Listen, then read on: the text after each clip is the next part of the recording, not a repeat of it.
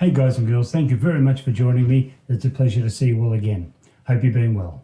So right now I've got some exciting news to announce today for myself personally. Nikon, of course, have had a few announcements. Recently there's been a firmware release. We've had a new lens release and also many different reports. So what we're going to do is discuss mostly today my factor, what's most relevant to me. And today I've recently purchased a new camera. So I had a choice. I had to make a choice between, do I want to go with the new Z8 or will I have the old established Z9 that's been around for a little while? Now, one was a bigger, heavier pro body, the Z9. The other one was a more compact and portable unit with very much similar features. I mean, really, as far as actually functionality goes, there's very little difference between the two. It was more the choice of your shooting style and your personal preferences and what you're doing the most. So I was actually quite fed up, I'll be honest with you, with Nikon waiting for updates for the Z6 and Z7 IIs. I've been waiting years for something significant, and the best that they could come up with recently this week was a firmware 1.6, which is still a low-grade firmware upgrade, so it's an incremental one, really just some bug fixes and some minor improvements. That wasn't what I was looking for. I was looking for at least a 2.0 or 3.0, and being that like the Z9 at the moment has got a 4.0 firmware upgrade, it's making them look ridiculous, those old cameras. So as good as they were and as functional as they had been for me, I thought I needed to move on because I was sick of waiting for Nikon to do something about them. So what I've done is I've made a choice. Now, what choice did I make? Well, that's the interesting. Why did I come to this choice? Well, I'm going to discuss it all with you. So first, let's just get the white elephant out of the room and I'll show you what I purchased. And here it is here. You can see that I have a Z9 and I'm very happy with that choice. Now, it's a big body, it's a big heavy unit. And you see you've got the grip, of course, and the larger battery. And there are many very cool features about the Z9. But the reason I've chosen a Z9 rather than a Z8 has nothing to do with the Z8 being inferior in any way. The Z8's a great product. But there were certain key features, I'd say a top 10 tier list of why I'd wanted the Z9 over the Z8, regardless of the cost. So let's talk about the cost first. That's a very relevant factor.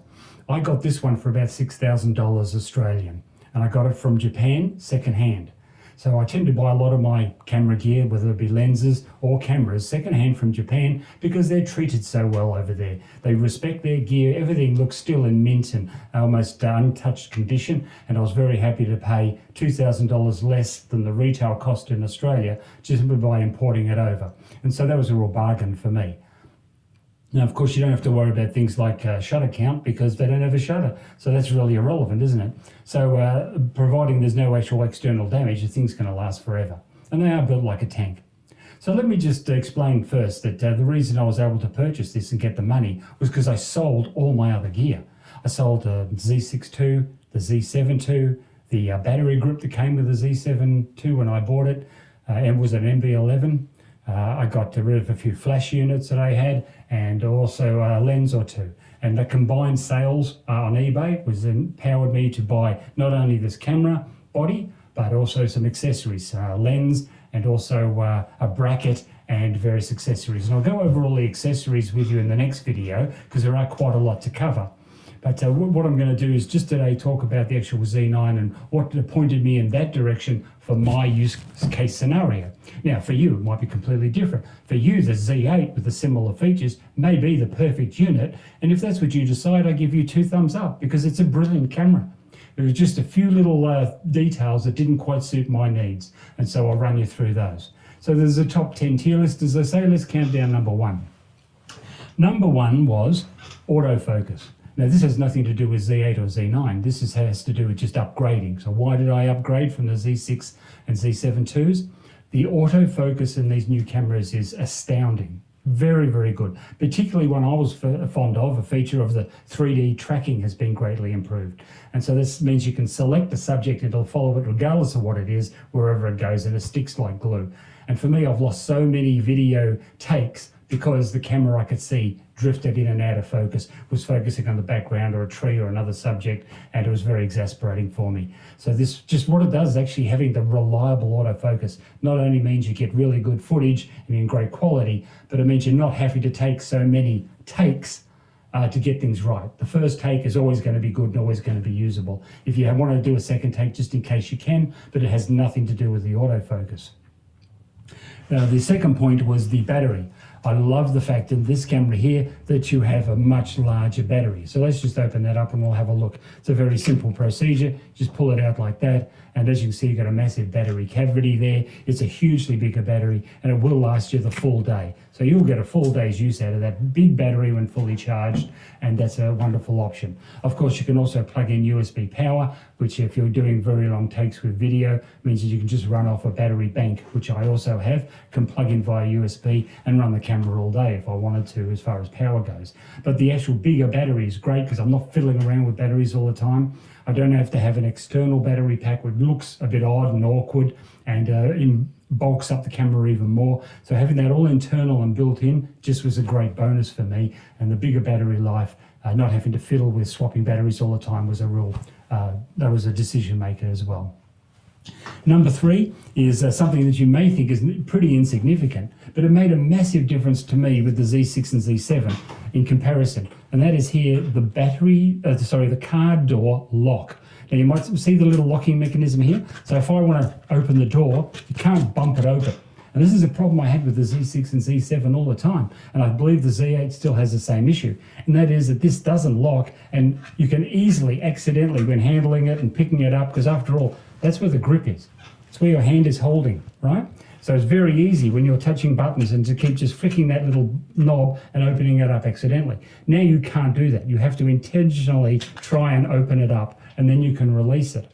So that locking arrangement was a big deal for me. It just means that my cards that were in there are now secured. They're dust free. They're not getting constantly opened and bumped and getting grot and grime maybe in there, especially on a rainy or dusty environment. But it also means I'm not constantly flicking it open, which I found very annoying. So that was actually a really big deal for me, and I'm very happy. Having the 2 cards, of course, which are identical as well. While I've got that open, let's talk about the cards. The 2 CF Express card options are a brilliant idea. It means that there's no, shall we say, retardation of the footage or the photos. There's no dropping down to the second card slot speed. They're both the same card. They're going to be the same speed. Regarding this, regarding this, while we're talking about cards, and I've also bought a 2 terabyte CF Express card by Pergear. And then I have a backup, which is some 128 gigabyte CF Express cards too, of the same quality. So what that just means is that there's, the quality and the speed is always the same, and I use the second card just for the JPEGs of photos as a backup or as an overflow option for video. But 2 terabytes is enormous storage, so I don't have to worry about that. It's going to run photos or videos for an entire day without any issue at all. The top dial you can see here, this made a big deal for me over the Z8. And what it is that you have a little locking button and you have a full dial where you can now rotate it for various options, for high speed, for timers, modes, etc. And I love the fact that I can physically see that activated, and it's a textile thing that I feel comfortable that it's locked into position to do the high speed shooting or low speed, and I can see it at a glance. I'm not having to go through a menu system to see what settings am I shooting at. I can physically see straight away it's single shot, low speed or high speed photography. And I've set them to 10 and then respectively 20 frames a second for photo. So having that little dial that changes, look, it might not seem much to you. It might not be something you use a lot, but I really miss that from my old D810 and D850 in the DSLR days. And having the Z9 still having that as a pro feature, that was another tick in the box that I thought, well, that's why I'm going to choose the Z9. Okay, so, oh yes. Another feature for either the Z8 or the Z9, and why I've wanted to upgrade, is there is no shutter now. Now, that's not so much a big deal for a rolling shutter or photography speed or blackouts. The big issue of no shutter is there's no life dating on the camera. So no one's going to ever ask you, how many shutter counts have you had? It doesn't make any difference. There's no shutter there anyway. So what a great idea. It's just one more mechanical feature that you don't have to care about, and therefore, you're not concerned about aging your camera or breaking down on you eventually. Now, how we're talking about shutters, I'll take that lens off to illustrate. It does have what looks like a shutter, and this is actually a dust protection arrangement. So that shield comes down when you turn on or off the camera, it comes on or off. So you see there, it's exposed, and then when I turn the camera off, it seals it off. So when I'm going to change my lenses, it's not a shutter, it's just a dust sealer to make sure that as the lenses are coming on and off, I'm not having to worry about getting water, dust or grime onto the sensor, and the sensor is always clean and in its best condition. And it's protected from touch and bumping as well. So, sometimes you're a bit clumsy in changing the lens. You could stick your thumb in there or finger, and fingernails mess up, get a bit of grease or grime on your sensor. This just keeps it protected at all times. So providing you turn the camera off when you're changing the lenses, you'll always have the sensor protected and clean all the time. And reducing spots and hairs on your photos and video, that's a great thing. You'd want that, wouldn't you?